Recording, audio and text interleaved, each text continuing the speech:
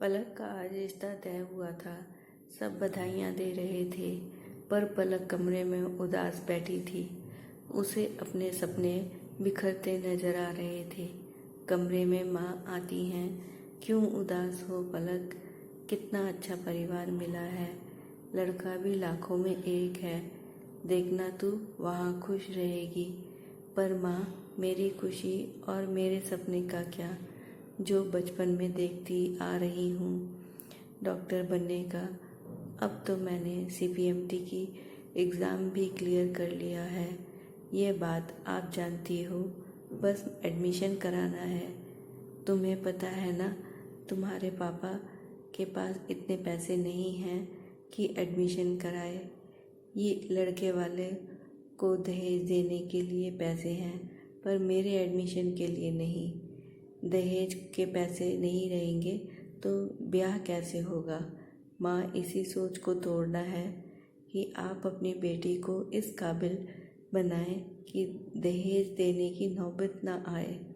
माँ, आप पापा से बात करो, मेरे एडमिशन करा दो। एक बार डॉक्टरी की पढ़ाई पूरी हो जाए, फिर जिस लड़के से मेरी शादी करवाओगे हम कर लेंगे। पर प्लीज़ माँ, एक बार पापा से बात कर लो। अच्छा, मैं बात करके देखती हूँ। पलक की बातें कामिनी जी को 25 साल पीछे खड़ा कर दिया। जब उनका ब्याह होने वाला था तब वह एक अध्यापिका बनना चाहती थी, पर घर वालों ने उनकी एक ना सुनी, शादी करा दी। कहा कि अब अपने ससुराल में पूरा करना। और जब ससुराल आई तो पढ़ाई के लिए ना पति के साथ ने साथ दिया और ना सास ने, और अपने सपने को चूल्हे की आग में झोंक दिया। अब पलक को अपने सपने चूल्हे की आग में ना झोंकने दूंगी। सुनिए जी, आप लड़के वालों से बोल दीजिए कि हमें अभी शादी नहीं करनी है। तुम्हारा दिमाग तो नहीं खराब हुआ है? इतना अच्छा रिश्ता मिला है और तुम चाहती हो कि मैं मना कर दूं? कमलकांत जी ने कहा। पलक की आज बात सुनकर मन विचलित हो उठा। क्या मैं करने जा रही हूँ अपनी बच्ची के साथ? उसके सपनों को चूल्हे की आग में झोंकने जा रहे हैं। अगर हम उसके सपनों को पूरा करने में मदद नहीं कर सकते तो ससुराल से कम क्या उम्मीद रखें? तुम जानती हो कि पैसे मैंने पलक की शादी के लिए रखे हैं। ऐसे शादी का क्या मतलब जब बेटी खुश ना हो? और दहेज देने से अच्छा है कि हम अपनी बेटी को काबिल बनाएं। और हमारी बेटी पहली CPMT का एग्ज़ाम क्लियर कर लिया है। पैसे तो आते जाते रहेंगे, पर यह समय निकल गया तो बेटी लौट कर नहीं आएगा। पर उसने मुझे बताया है नहीं कि वह CPMT का फॉर्म डाला है। कैसे बताती वो, जो आप उसके खिलाफ थे? इसी डर से नहीं बताया।